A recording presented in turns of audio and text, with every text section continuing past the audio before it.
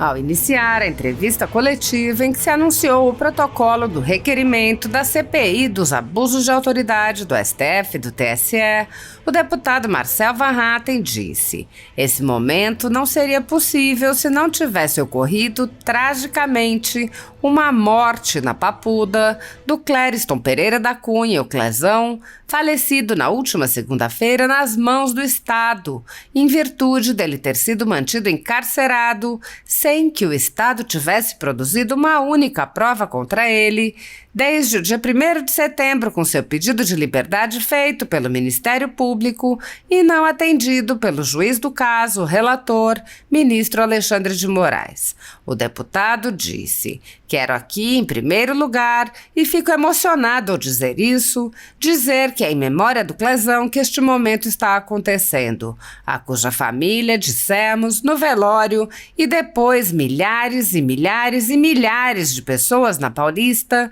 que sua vida não seria e não será em vão.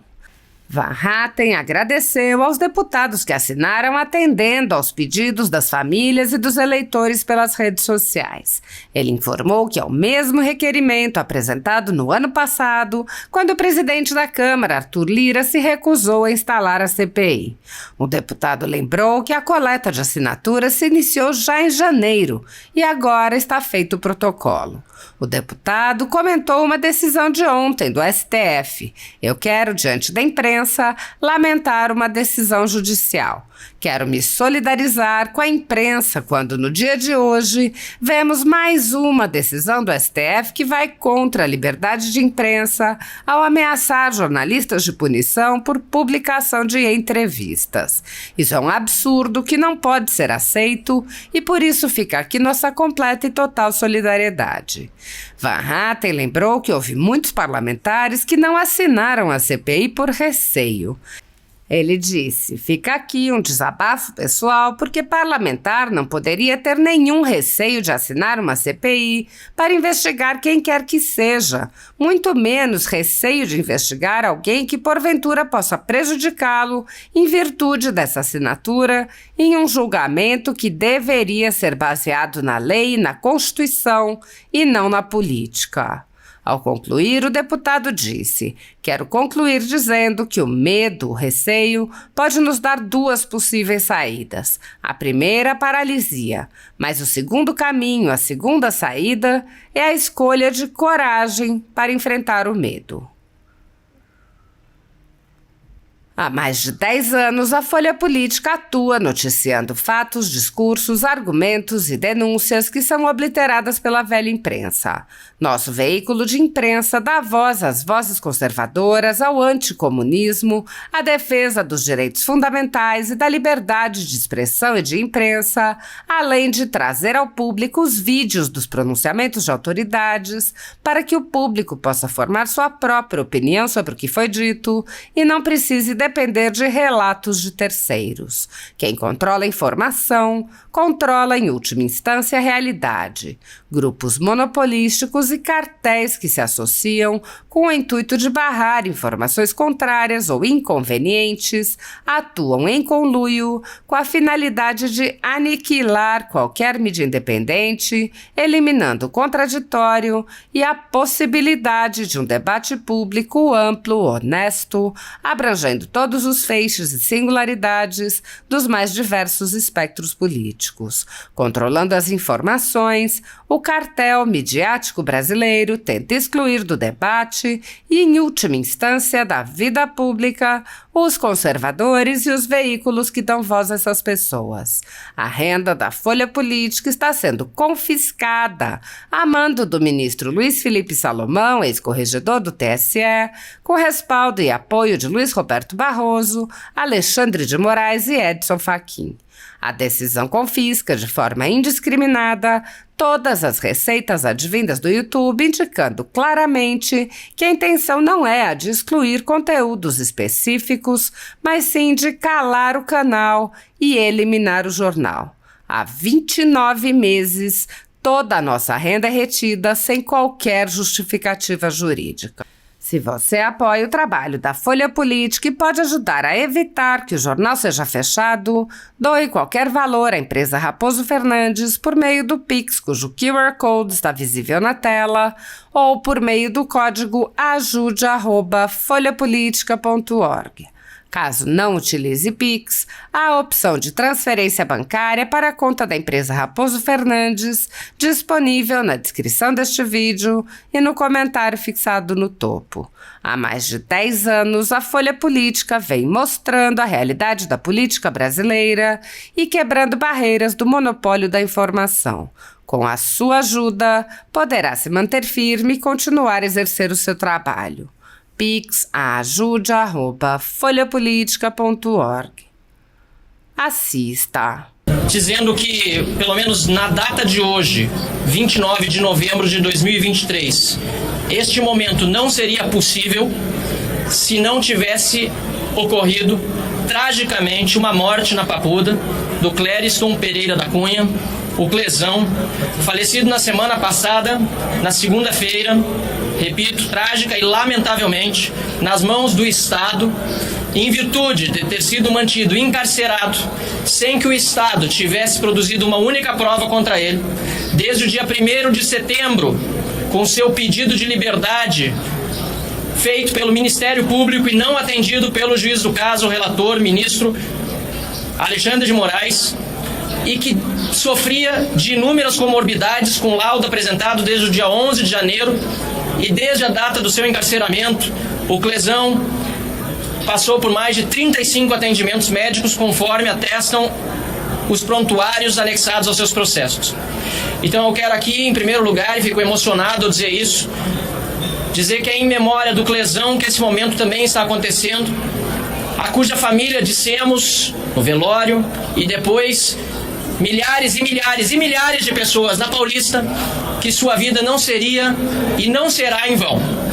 Eu quero, por isso, agradecer a todos aqueles que atenderam aos apelos da sua família, aos apelos dos eleitores que cobraram pelas redes sociais, para que obtivéssemos as 171 assinaturas necessárias para que este momento fosse possível, o protocolo da CPI, do abuso de autoridade do STF e do TSE fosse feito. Queremos informar que este é exatamente o mesmo requerimento apresentado no ano passado e, coincidentemente, protocolado no dia 24 de novembro de 2022, 1 ano e 5 dias atrás.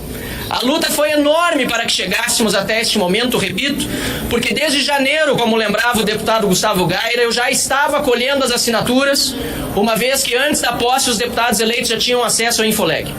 Chegamos há pouco a 171 assinaturas confirmadas pelo protocolo da Câmara dos Deputados, incluindo o professor Paulo Fernando, Vossa Excelência, que conhece o regimento da frente para o fim e do fim para o seu início, incluindo todos os dispositivos constitucionais necessários, que são, na verdade, apenas 3. O número de assinaturas já mencionado, o prazo de funcionamento de 120 dias e os fatos determinados.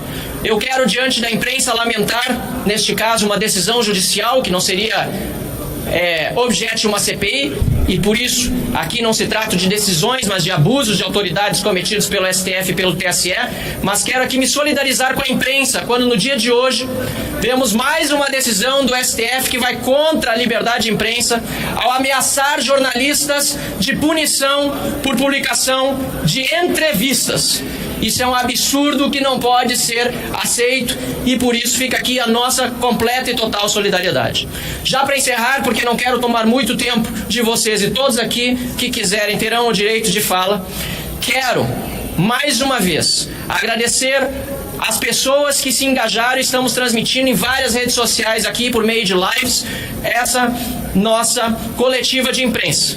A todos os deputados parlamentares que assinaram e aos que não assinaram, infelizmente muitos dos quais gostariam de assinar, mas não o fizeram em virtude do momento que nós vivemos hoje. Fica aqui um desabafo pessoal, porque parlamentar não poderia ter nenhum receio de assinar uma CPI para investigar quem quer que seja.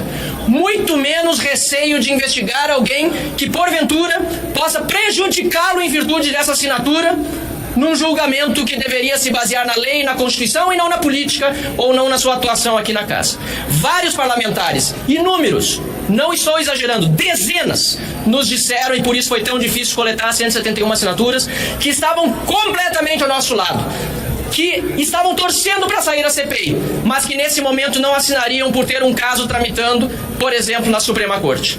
Mas, apesar disso, todos, deputado Jordi, deputado Bia, garantiram que estarão ao nosso lado e ao lado da justiça de verdade, da democracia, do Estado de Direito e do reequilíbrio entre os poderes durante os trabalhos da CPI dos abusos de autoridade do STF e do TSE. A estes colegas, que eu não quero utilizar nenhum adjetivo pejorativo, porque todos nós aqui, de uma forma ou de outra, poderíamos ter receio, e vários de nós estamos já sob a mira de julgamentos do Supremo Tribunal Federal. Eu quero concluir dizendo que o medo, o receio, pode nos dar duas possíveis saídas. A primeira é a da paralisia, a de não fazer nada, a de não assinar uma CPI.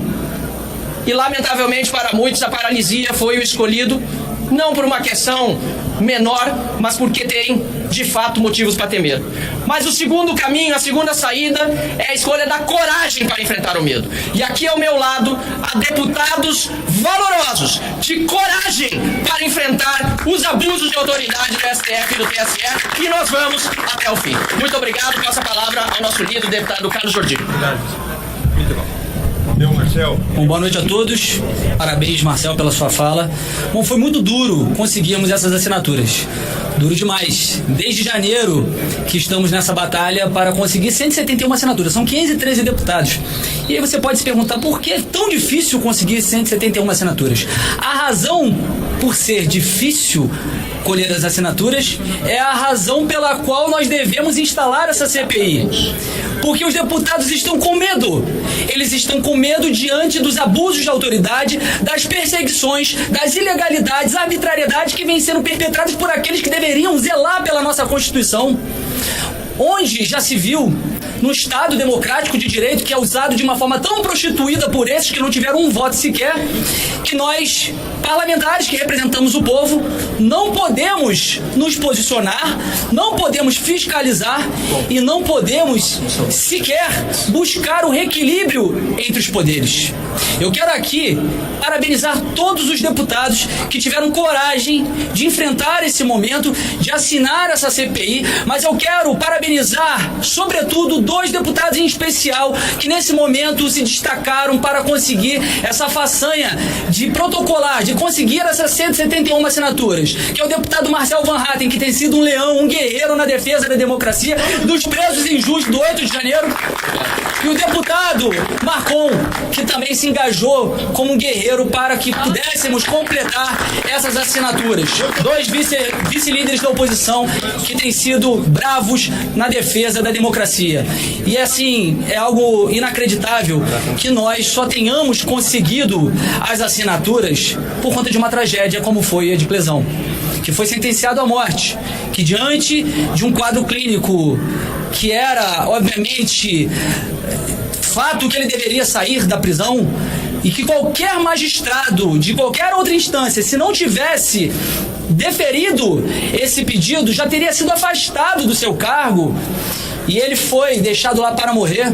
Mas Clesão serviu para unir deputados e ter coragem nesse momento para que conseguíssemos essas assinaturas. Só que existe uma outra pessoa que nós temos que destacar aqui também, que foi injustiçado, que foi colocado na cova dos leões, que era um deputado que nunca cometeu crime algum. O artigo 53 da Constituição garantia a ele imunidade parlamentar para suas palavras, opiniões e votos. O parágrafo 2º também determinava que ele não poderia ser preso, salvo em flagrante de crime inafiançável, e ele não cometeu nenhum crime inafiançável, e hoje ele está na prisão como um bandido em regime fechado, que é o deputado Daniel Silveira. Muito bom. Por isso, essa Essa nossa CPI, ela tem que ser honrada e dignificada para essas duas pessoas. E o trabalho foi duro, mas esse foi o trabalho mais fácil, coletar as assinaturas. O trabalho mais difícil será a instalação da CPI, porque nós sabemos que serão dados vários recados por parte da Suprema Corte. Mas nós temos que enfrentar com altivez, com coragem esse momento, porque não há democracia sem equilíbrio entre os poderes. Não há democracia quando há ameaças por parte daqueles que devem zelar e guardar a Constituição e proteger o Estado Democrático de Direito. Obrigado. Valeu,